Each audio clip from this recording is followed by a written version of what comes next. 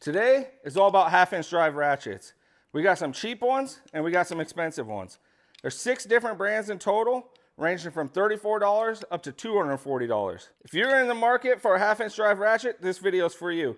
Even if you're not in the market, I bet you will be at the end of it. Now let's talk about back drag. If you don't know what back drag is, it's the force it takes for the ratchet to turn on its backswing.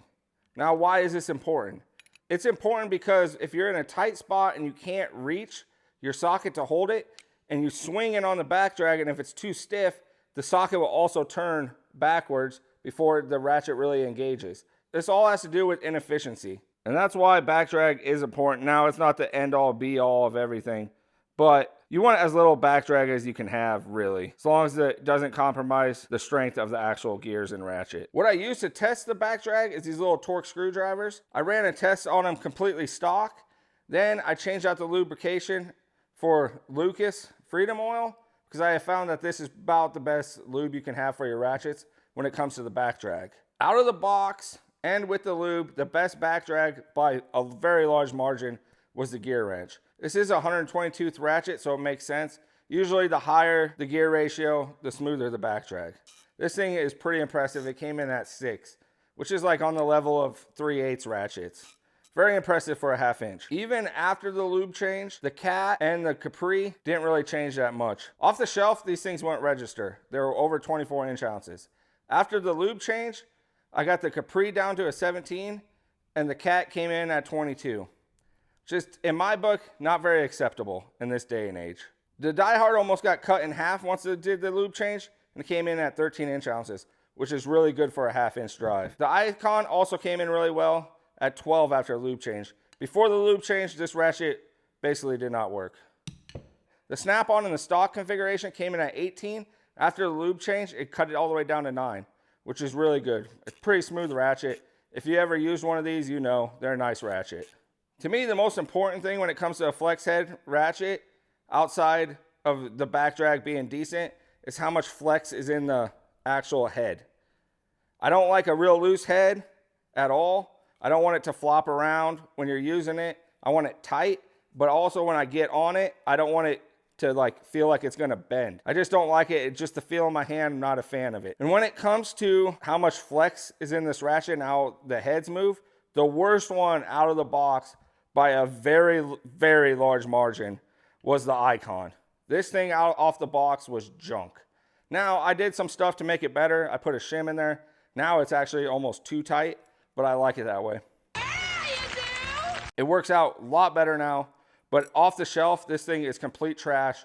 I won't even use it. Just to put this all into numbers, I used a feeler gauge just to check how much plays in the head.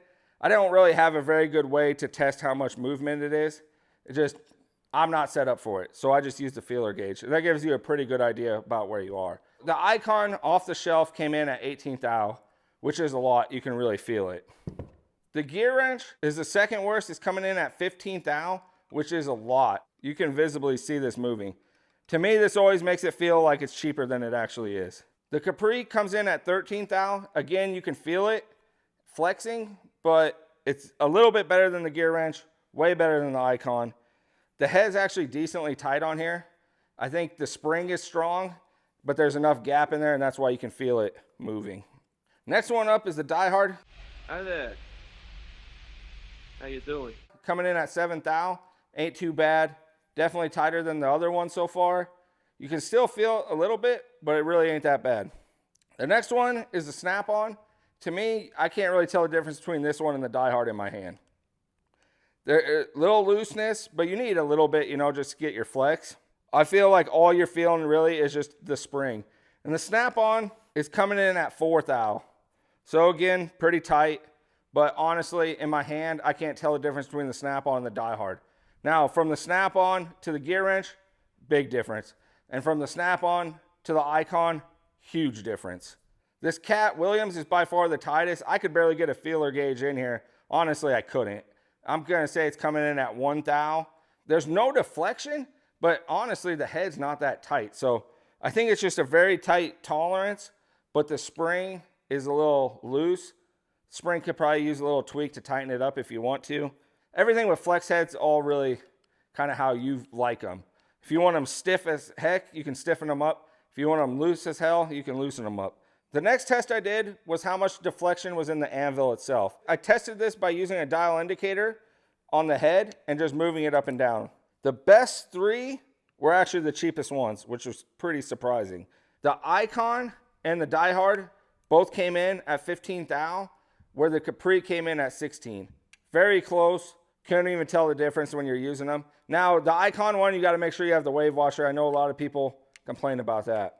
The worst one, by quite a large margin, was actually the Snap-on. It came in at 28 thou. So the cheap ones came in around 15 thou. The Snap-on came in at almost double at 28, which is crazy to me for the price tag of this thing. Next worst one was the Cat Williams one, coming in at 20, and the Gearwrench came in at 17. Pretty good. So the most expensive ratchets came in the worst when it came to actually Anvil deflection. I took the deflection test a little bit further. I put a 6-inch extension on it and checked it at the end of the extension. I figured this is going to tell me how much deflection is in the Anvil and also how well the extensions hold on to the Anvil itself. And surprisingly, it did change a little bit. With the 6-inch extension, the Gearwrench performed the best, which is good to hear for you Gearwrench guys. The next one that was pretty close was the Capri. Again, the Capri was in the top 3 to begin with, so I didn't really lose much coming in at second place. The Cat really made up ground on this test. It holds the extension really tight, moving it into third place when it comes to deflection. The Snap-on, the Icon, and the DieHard came in the worst on the 6-inch deflection test. The bottom 3 in this test were all within 6 thou of each other, so relatively the same. It's just crazy that the DieHard and the Icon win at that straight Anvil test, but then when you get the extension on there, the deflection's even worse. I'm just assuming the Anvil tolerance is just not the best on these. The DieHard comes in 4th place, and the Icon and the Snap-on come in the exact same, which is wild to me, because in the Anvil test, the Snap-on was by far the worst, and the Icon was at the top, but clearly the Icon does not hold the socket as well. Now to the portion of the show, which is all my opinion. And the best thing about opinions are, you can be wrong, but it's still your opinion. All right, when it comes to my ranking system, it's basically the price, how well it works, and how it feels in my hand. To me, the way tools feel in your hand is by far the most important thing after they work, all right? The tool has to work. As soon as it works, then the feel in your hand is the most important thing. That's my opinion. I pretty much run quality tools so they all work. Then it just comes down to feel. And that's where it's really subjective, and opinions are opinions, all right? You might not agree with me. More likely you won't, but it's just the way it goes. The worst one by far off the shelf was the Icon. Now, you might have got a good one. I don't know. Either way, I got a bad one. The head was floppy as hell. The gears didn't even work. There was so much lube in here, the gears just would stick and it would flip the selector all the time. To me, off the shelf, this thing was by far the junkiest. I wouldn't have paid $1 for it. It was that bad. Now, I'm going to rank it after the lube change, but I will still take into effect the shim. So this one is not the last place one. The last place one, by a large margin, is the Cat Williams. You having an unnatural allegiance to losers is not like you. To me, it's just outdated. It's 36 tooth. It just ain't really worth a dang. And the price tag on this thing is crazy. I originally bought this from Cat because everybody was saying, oh, it's all Snap-on. It's the same stuff. I should have done my homework more. I thought this was actually a Snap-on ratchet. And it turns out it's a Williams, which is still a good ratchet. It's robust. It's strong. It'll last forever. It's just not that good a ratchet anymore. All right. There's better ratchets now. It's really chunky, and the back drag is pretty much god-awful and non-usable on it. And at $113 price tag without tax, get out of here, you know. It ain't worth it. So, Cat Williams, by far, dead last. Second to last one is going to be the Capri. I was not a fan of it when I opened it up. There was metal inside of it. All right, there's metal shavings still inside this Caprice. There's little metal shavings all in the grease. To me, it's also chunkier. Also comes in at 72 tooth, which is the next lowest outside the Cat. Overall, not a terrible ratchet, especially for 34 bucks. And again, this is personal preference, so just bear with me here, all right? I'm going to say the Icon and the Gearwrench are the next ones. I'd probably put them at a tie because off the shelf, the Icon head is just completely trash to me, and I don't like it. The Gearwrench being the ball detent head, I do not like at all.